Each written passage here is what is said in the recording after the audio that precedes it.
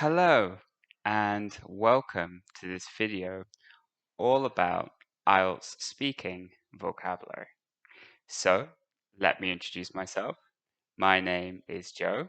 I'm a former British Council teacher trainer, IELTS examiner, and for many years I used to work very closely with the British Council's exam team, the people who directly make the exam. So all of this gives me a really good knowledge of the exam and how best to help students. So I made this video to help my students, but also for anyone who was generally interested in the exam and wanted a bit more information about how it works and what they're looking for. So today we're going to talk about IELTS speaking vocabulary. Now, on the IELTS speaking exam, there are three main types of questions. There are questions where you have to describe a place, questions where you have to describe a person, questions where you have to describe some kind of situation, and each of these you can learn some good vocabulary before the exam to help you. Now, they normally focus on good places, good people, and good situations. So normally 9 out of 12 questions for places are related to good places. 9 out of 12 questions for people are related to good people. And 9 out of 12 questions for situations are related to good situations. So before the exam, if you want to focus on one thing, focus on some positive adjectives and learn some good ones for the various questions in the exam. Now, for myself, I've asked this question a lot in the exam, and candidates often don't really describe things very well in the exam, in particular in part two. So if you ask them about a place that they like, they'll normally say something like, oh, well, there's a really good place near my hometown. Now, that's okay. But for the higher marks, you really have to describe more precisely as you can. So in this video, we're going to talk about some good words to do that effectively in the exam, and I will see you in the next section. Hello. So in this section, I'm going to be talking about 4 great words you can use in your IELTS speaking exam. So the 4 words are unspoiled, idyllic, charming, and divine. So let's start with the first one. Unspoiled. So the pronunciation is unspoiled. Unspoiled. Now, this is an adjective, so used for describing something in the exam. And the meaning is without any kind of human pollution, so hasn't been changed in any way for thousands of years. So an example is, I went to an unspoiled beach last weekend. Now, the second word is idyllic. So you say this, idyllic, idyllic. And the meaning is a place that not only looks beautiful, but also feels really relaxing to spend time in.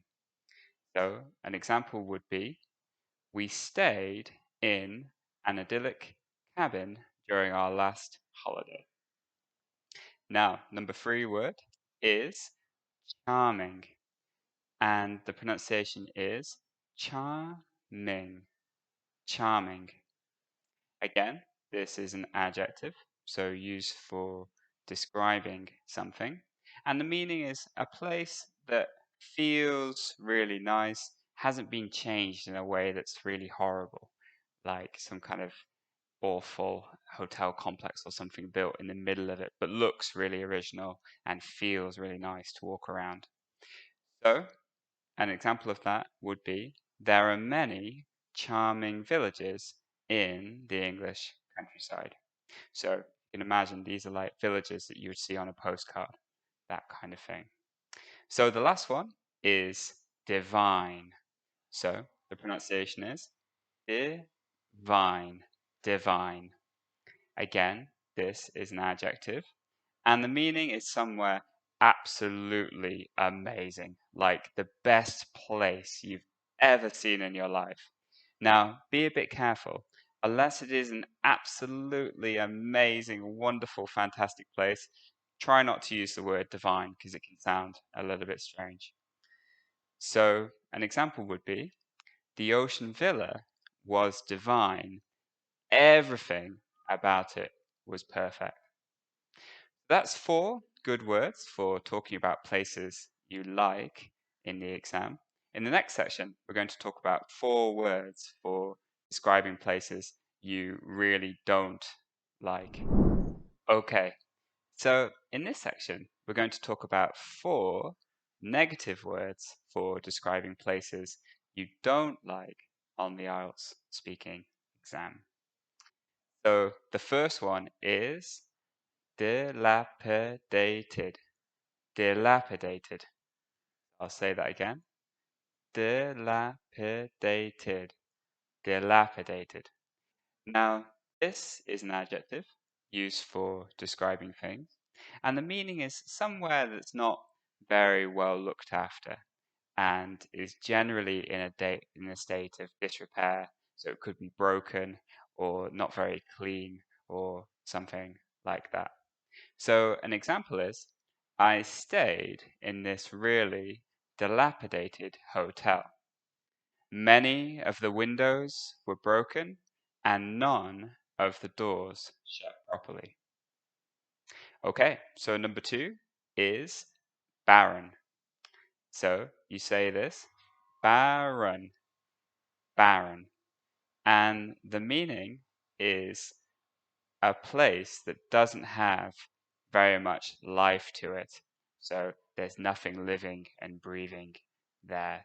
And again, it's an adjective used for describing something. So an example could be, the desert was barren. Not a single living thing could be seen in any direction. Okay, so number 3 is shabby. So you say this, shabby. And again, this is an adjective. And the meaning is something that's not very well looked after, might be ripped or torn, normally used in the context of clothes. So an example could be, his clothes were very shabby. They looked old and they had many holes in them. Very good. So the last one is grotesque. So you say this, grotesque. And again, it's an adjective used for describing something. And the meaning is something really unclean or horrible, like with rats and mold and disgusting wet areas, that kind of thing. So an example could be, his flat was grotesque. The walls were dirty and there was mold on every surface. So, I hope you find these words useful for your exam. Check out some of the other videos in which I go through other vocabulary, and I hope to see you again soon.